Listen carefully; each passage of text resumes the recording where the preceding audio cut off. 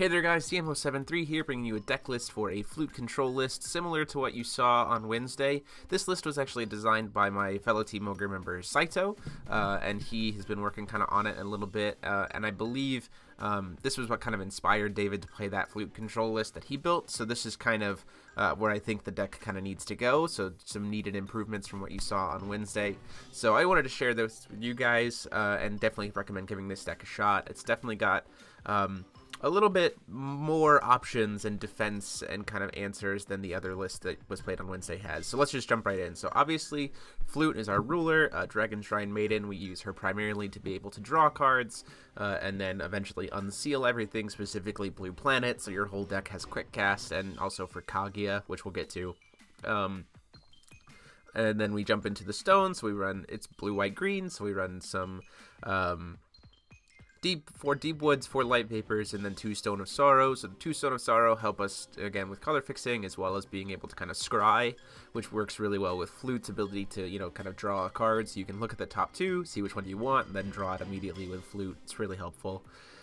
Moving into the Resonator Count, so we run 4 Flute's Water Dragon. It's really great. It also can serve to help close out games later because of its seal ability to become a 5/9, and lets us keep calling stones while we keep drawing cards with Flute. Divine Bird has some draw power as well as some early game blocking, which is nice. Everything in this deck is pretty much revolving around having lots of cards in your hand. Alice of the Blue Planet, we use this so that we have access to that God's Art, being able to kind of lock out the card that we think is most important for the matchup. Kaguya, Love of the Moon, so she is a 6/6 who can't be attacked, and she has flying, which is really nice.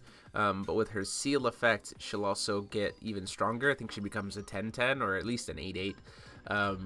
And then you can start recycling cards from your graveyard instead of drawing from your deck, which is pretty cool considering how, you think like tap for Flute to draw a card becomes Kaguya letting you draw any card that you want from your graveyard to reuse. So it becomes a very big versatility piece, and with stuff like Dawn of the Earth, she can become very, very devastatingly powerful with multiple attacks. Ryula to be able to heal just in case Flute gets killed for some reason. 4 Ice Dragon of Altea becomes very easy to cast in this deck. You have to have 7 cards outside of Ice Dragon to be able to play him for 2, but that's very easy to do in this deck if you're sticking to the game plan of just kind of canceling and drawing cards early on. Charlotte is the wielder of the Sacred Spirit to be served as, again, a kind of beater. We have usually 7 cards in our hand, and then when we draw into our turn, usually 8, so 16/16 that can't be targeted by anything is pretty devastating. Frigg is a recycle package. Idol of Magic, again, it's cheap, it helps us draw cards. We don't really use it for the filter too much. You could probably replace this with other idols if you want, maybe the Draw Life idol or the Pump Up idol. It's kind of based on your, since they all draw a card, it's kind of based on your opinion of which one you want to go with. 0 Circle of Protection works really well with Alice. You can cancel out like a board wipe spell and then lock your opponent from being able to use like black spells to kill your stuff. Really awesome.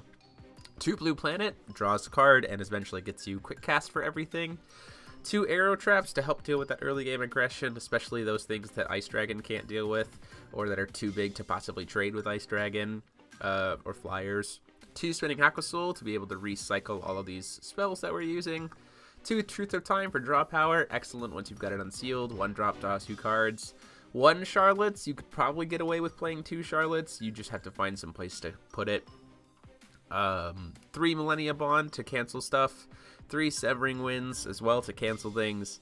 4 Dawn of the Earth, because like I said before, it's good to unstap stuff. It helps you draw a card regardless of what mode you pick. It's great against Fox, or it's okay against Fox if they're having a slow day.